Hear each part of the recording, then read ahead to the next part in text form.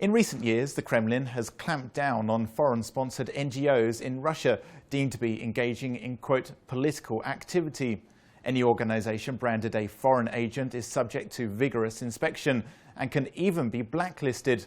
But while this is going on, Moscow is openly financing similar groups in the Baltic region in order to influence public opinion and stir up public debate. And that's exactly what we'll be looking at today in the press review. So to what extent are Russia-friendly organisations being supported in Lithuania, Latvia and Estonia? Well, Lithuanian news portal Delphi has published an investigation this week from the Baltic Centre for Investigative Journalism. Their report suggests that there are more than 40 such organisations in the Baltic states that have received at least 1.5 million euros through legal means in the last 3 years, according to most conservative calculations. That excludes cash transactions and financing through Russia-friendly enterprises and individuals.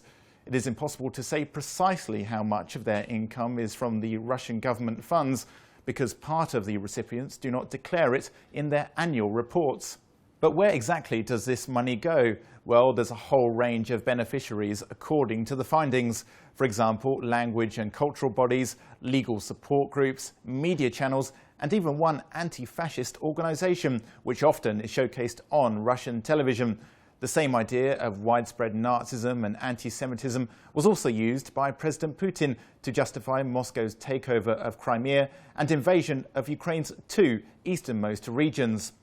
The report published in Delphi quotes the State Security Department of Lithuania as saying, "These organisations' experts work according to the Russian interests, publicly accuse Lithuania, and make a contribution towards creating a negative image of the Baltic states in the eyes of the Russian society. In the future, this image may serve to justify any aggression against the Baltic states." That is just a snapshot of the findings, a link to the full report of which you can find on the Ukraine Today website. Financing NGOs is just one instrument in the Kremlin's toolbox to gain influence in the Baltic region, but it's this leverage those EU member countries are trying to fight to become more independent from their post-Soviet master. That's all we have time for. Join us again for another press review. This is Ukraine Today.